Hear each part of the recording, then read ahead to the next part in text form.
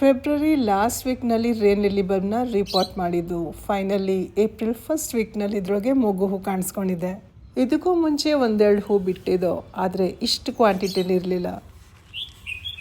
Water hyacinth ಮೊಗ್ಗು ಇವತ್ತೇ ಅರಳುತ್ತೆ.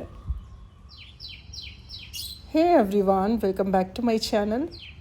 ಇದು ಬ್ಲೂಮ್ ಆಗೋಕ್ಕೆ ಇನ್ನೂ ಟೈಮ್ ತಗೊಳುತ್ತೆ. ಬನ್ನಿ ಅಷ್ಟರಲ್ಲಿ ನಮ್ಮ ತಾರಸಿ ತೋಟಕ್ಕೊಂದು ರೌಂಡ್ ಹಾಕೊಂಬರೋಣ. ಕೇಸರಿ ಬಣ್ಣದ ಹೂಗಳು ಸಖತ್ತಾಗಿ ಕಾಣಿಸ್ತಾ ಇದ್ದಾವೆ. ಅದು ಕರೆಕ್ಟಾಗಿ ಹಿಂದ್ಗಡೆ ಸುರಿಯೋದಾಗ್ತಾ ಇದೆ. ಸಣ್ಣ ಪಾಟ್ನಲ್ಲಿ ಮಲ್ಲಿಗೆ ಹೂವಿನ ಗಿಡ ನೋಡಿ ಎಷ್ಟು ಅಗಲ ಹೂ ಬಿಟ್ಟಿದೆ ಅಂತ. ನೈಟ್ ಕ್ವೀನ್ ರಾತ್ರಿನೇ ಅರಳಿದೆ. ಮಲ್ಲಿಗೆ ಹೂ ಎಲ್ಲ ಕಲೆಕ್ಟ್ ಮಾಡಿದಾಯಿತು. ಮೊಗ್ಗೆಲ್ಲ ಅರ್ಧ ಓಪನ್ ಆಗಿದ್ದಾವೆ. ವಾಟರ್ ಹಯಾಸಿಂತ್ ಅದಿನ್ನೂ ಬ್ಲೂಮ್ ಆಗಿಲ್ಲ. ಇಲ್ಲಿ ಇನ್ನೊಂದು ಪಾಂಡ್ ಇದೆಯಲ್ಲ, ಇದ್ರಲ್ಲಿ ನೋಡಿ ವಾಟರ್ ಲಿಲ್ಲಿ ಮೊಗ್ಗು. ಇದಂತೂ ಕರೆಕ್ಟಾಗಿ 9 ಗಂಟೆಗೆ ಬ್ಲೂಮ್ ಆಗುತ್ತೆ. ಈಗಂತೂ ರೆಗ್ಯುಲರಾಗಿ ಹೂ ಬಿಡುತ್ತೆ. ಅಂತೂ ಇಂತೂ ಮೊಗ್ಗರಳಿ ಹೂ ಆಯಿತು. ನವಿಲ್ಗರಿ ಥರ ಕಾಣಿಸೋ ಅಂಥ ಹೂ ಎಷ್ಟು ಸುಂದರವಾಗಿದೆ. ಇವತ್ತಂತೂ ಈ ಜಾಗ ಬಿಟ್ಟು ಹೋಗೋಕ್ಕೆ ಮನಸ್ಸಾಗ್ತಾ ಇಲ್ಲ. ನೋಡಿ ಎಲ್ಲ ಮೊಗ್ಗರಳಿದಾಯಿತು.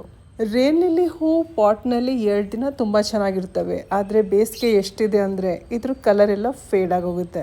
ಸುಮಾರು ಹೊತ್ತು ಇದ್ರ ಫೋಟೋ ವಿಡಿಯೋ ಎಲ್ಲ ತಗೊಂಡಿದ್ದಾಯಿತು. ನಾನಂತೂ ಎಲ್ಲ ಆ್ಯಂಗಲಿಂದ ಚೆಕ್ ಮಾಡ್ತಾಯಿದ್ದೆ, ಎಲ್ಲಿಂದ ಯಾವ ಆ್ಯಂಗಲಿಂದ ಫೋಟೋ ತಗೊಂಡ್ರೆ ಚೆನ್ನಾಗಿ ಬರುತ್ತೆ ಅಂತ. ಇದೆಲ್ಲ ಈ ದಿನಕ್ಕೆ ಮುಗೀತು. ನೆಕ್ಸ್ಟ್ ಡೇ ಬೆಳಗ್ಗೆ ನಾನು ಹೇಳಿದ್ನಲ್ಲ ಹೂವೆಲ್ಲ ಫೇಡ್ ಆಗಿರುತ್ತೆ ಅಂತ. ಹೊಸದಾಗೆ ಮೊಗ್ಗು ಅರಳಕ್ಕೆ ಶುರುವಾಗಿದೆ.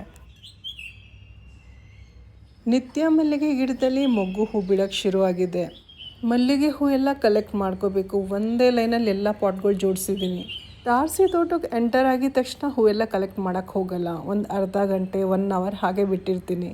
ಇಡೀ ತೋಟ ರೌಂಡ್ ಹಾಕಿದ್ಮೇಲೆ ಕೊನೆಗೆ ಕೆಳಗಡೆ ಹೋಗಬೇಕಂದ್ರೆ ಎಲ್ಲ ಕಲೆಕ್ಟ್ ಮಾಡ್ಕೊಳ್ತೀನಿ. ಬೋಗನ್ವಿಲ್ಲೆ ಗಿಡದಲ್ಲಿ ಮತ್ತೆ ಹೂಗಳು ಬಿಡೋಕ್ಕೆ ಶುರುವಾಗಿದೆ. ನೆನ್ನೆ ಪಾಟ್ನಲ್ಲಿ ವೇಸ್ಟ್ ಗಿಡ ಎಲ್ಲ ತೆಗಿತಾ ಇದ್ದೆ. ಇಲ್ಲಿ ನೋಡಿದರೆ ಎಷ್ಟೊಂದು ಕಡಲೆಕಾಯಿ ಎಲ್ಲ ಬಿಟ್ಟಿತ್ತು. ಇಷ್ಟು ದಿನ ನಾನು ಇದನ್ನು ಗಮನಿಸೇ ಇರಲಿಲ್ಲ. ಬಿಗೋನಿಯಾ ಗಿಡ ತುಂಬ ಚೆನ್ನಾಗಿ ಹರಡ್ಕೊಂಡಿದೆ. ಹೂವೆಲ್ಲ ತುಂಬ ಚೆನ್ನಾಗಿ ಬಿಡ್ತಾ ಇದ್ದಾವೆ.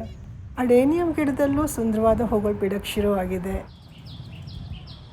ಇವತ್ತಿನ ವಿಡಿಯೋ ಇಷ್ಟ ಆಗಿದ್ರಲ್ಲಿ ಲೈಕ್ ಮಾಡೋದು ಮರಿಬೇಡಿ. ಮತ್ತೆ ಸಿಗೋಣ ಇನ್ನೊಂದು ಒಳ್ಳೆಯ ವಿಡಿಯೋ ಜೊತೆ.